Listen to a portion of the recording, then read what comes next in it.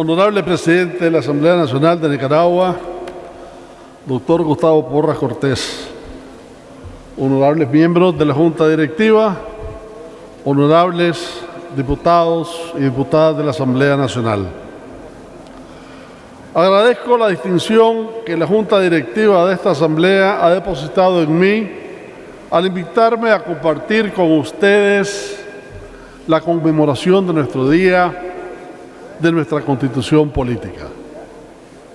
La Constitución es la ley magna, suprema, fundamental de las naciones.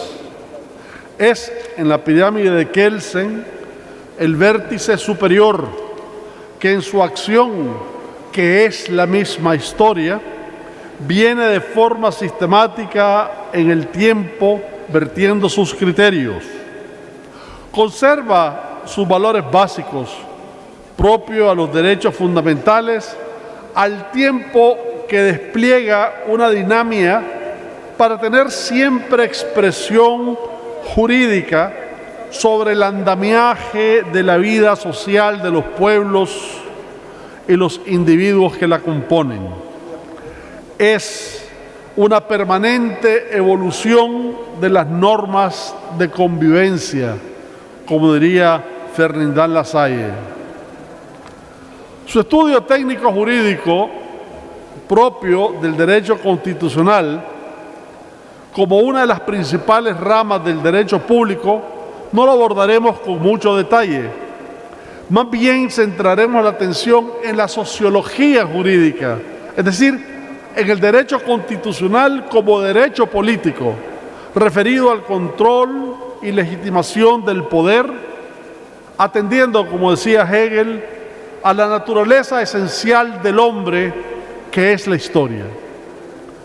Desde esta arista, el derecho es una formación en el tiempo y en el desarrollo de las sociedades.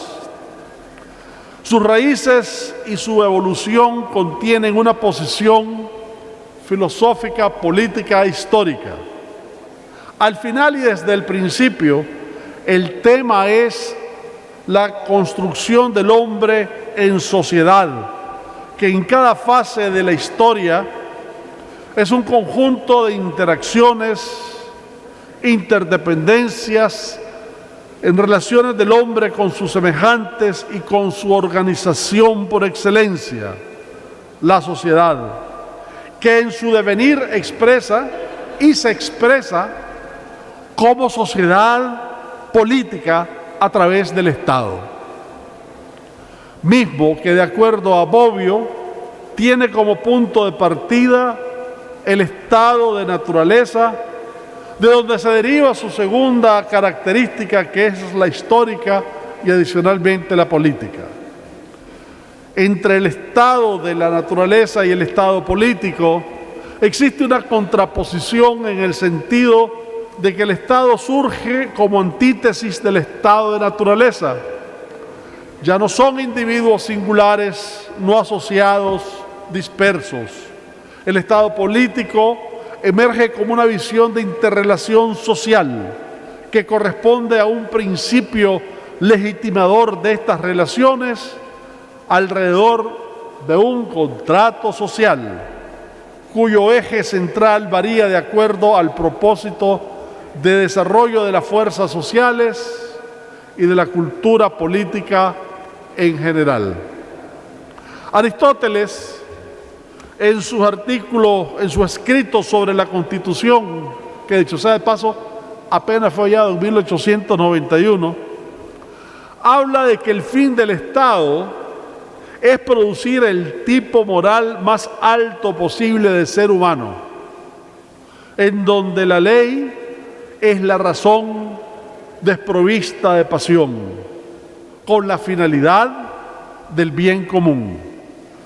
Todo esto, dicho sea de paso, en un régimen esclavista. ¿Y qué decir de la Constitución creadora de los Estados Unidos de Norteamérica, que expresa que creen en Dios, que todos los hombres hemos sido creados iguales, pero que en su primer censo de 1790 revela que casi la tercera parte de la población es esclava. De 1.902.078, 676.998 lo eran. No solo, para 1860, de una población de 8 millones de habitantes, 3.953.580 eran esclavos. Algunos tratadistas explican que la Constitución tiene un campo aspiracional, los principios y deseos para un futuro cercano que son negados a tiempo presente. No obstante, el Estado social de derecho, el Estado en esta teoría debe asumir la carga del desenvolvimiento efectivo de los derechos colectivos, que incluye todo tipo de reivindicación étnica, religiosa, de género, que incluye además todo lo social en términos de trabajo, vivienda, educación, salud. Tratando con relación a los contractualistas, Hobbes dice que dentro de un Estado absolutista, es básicamente su contextualización histórica, Locke es un sistema democrático de gobierno, de hecho es el primer sistema democrático de gobierno en la transición de la monarquía constitucional absoluta a la monarquía constitucional. Y todos estos son conceptos múltiples, muchas veces abordados.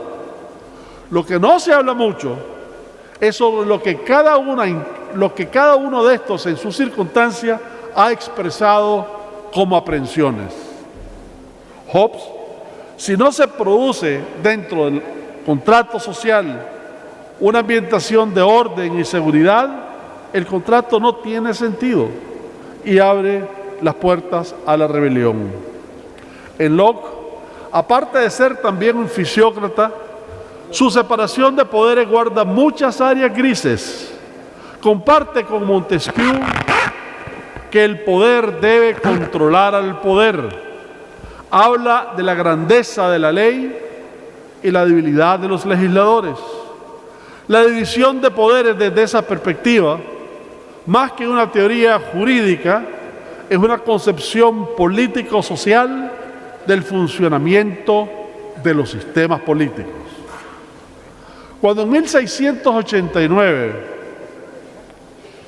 Locke escribe sobre la tolerancia religiosa, apunta a marginar a sectores que pueden minar ese principio, a los cuales ubica en diferentes categorías. Si lo religioso es el tema, lo antirreligioso sería su némesis. Los primeros excluidos en ese sentido son los ateos.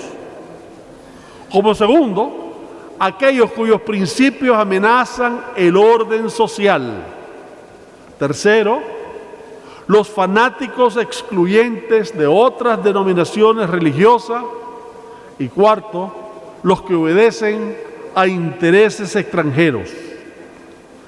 Invita esta lectura a una extrapolación con nuestra situación actual.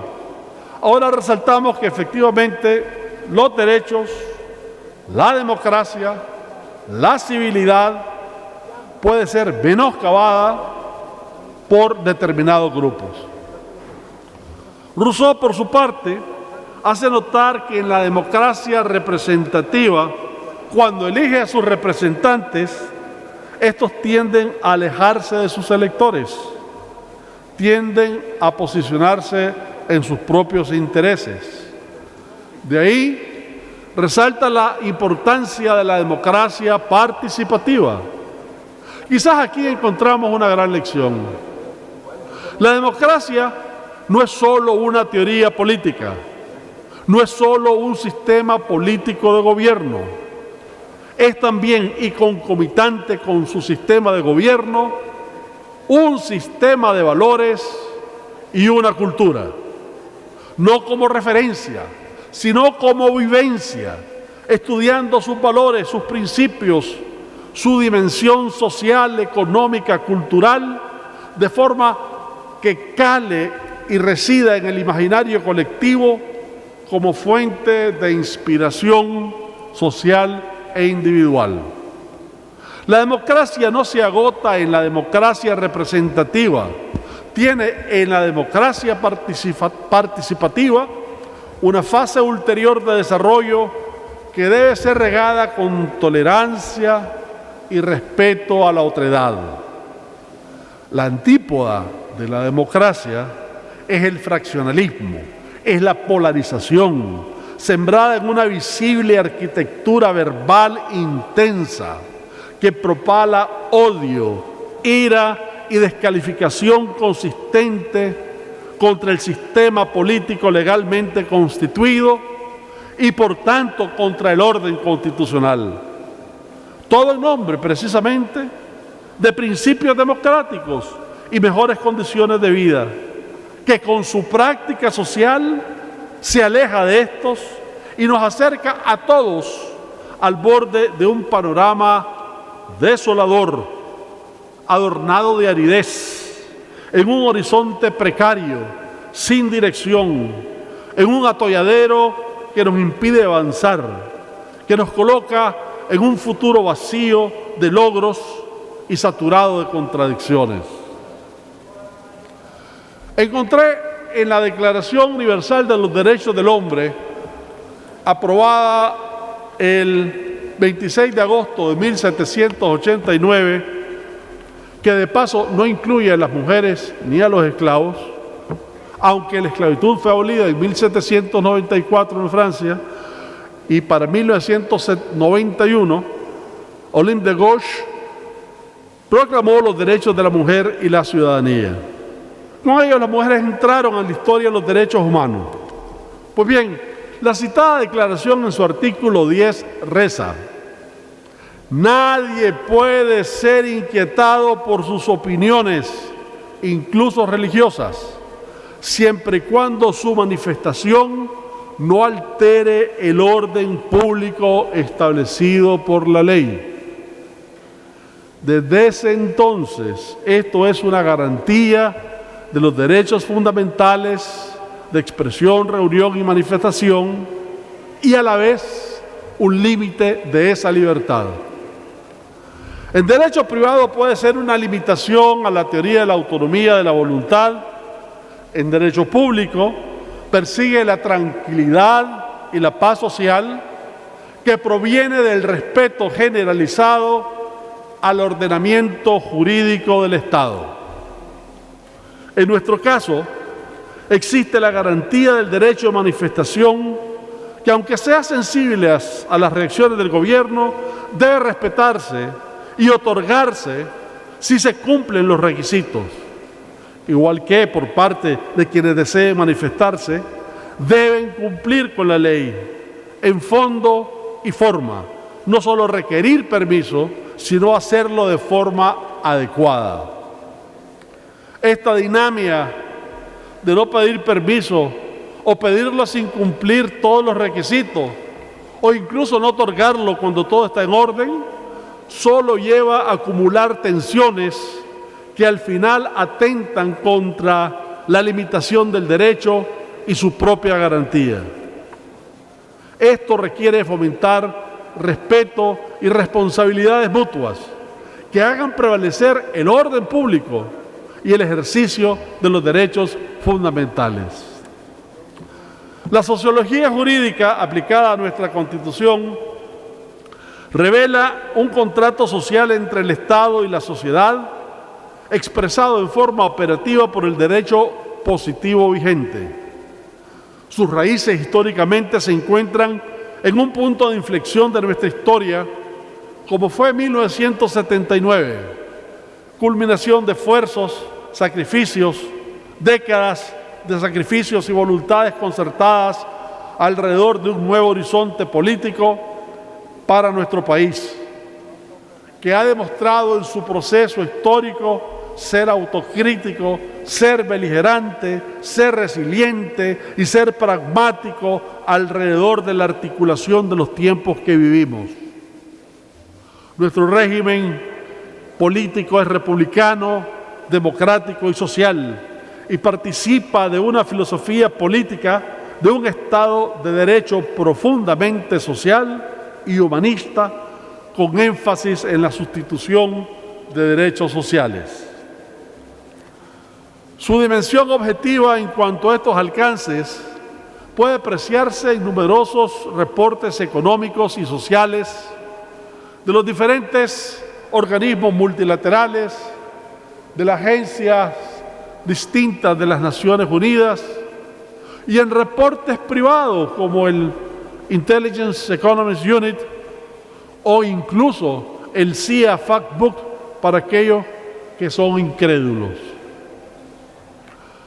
Con todo, ese avance en el objetivo de la realidad social no tuvo reciprocidad en esa dimensión subjetiva, en la percepción de algunos sectores, en esa selva de sentidos y sinsentidos, de encuentros y desencuentros, internos y externos, de forma tal que la vastedad de todos los logros alcanzada desde el 2007 fue observada desde una mirada estrecha y mezquina que con ayuda foránea en esta actual dirección del péndulo político internacional contribuyó a poner en marcha una maquinaria que en su punto álgido apuntaba al descalabro constitucional del país.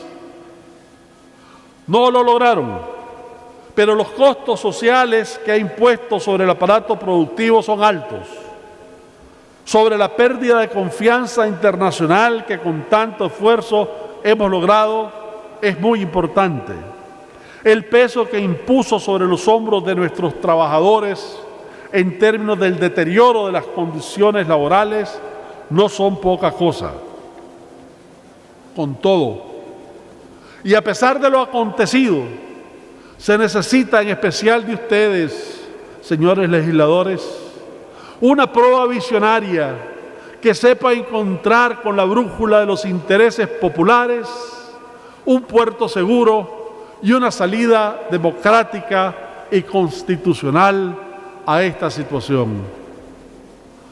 A pesar de que las emociones evidentemente tienen un peso fuerte, debe prevalecer la razón pristina de una nación que necesita reconciliarse, encontrarse nuevas fuentes de legitimidad y legalidad que reafirme o cambie, según el caso, el contrato social vigente.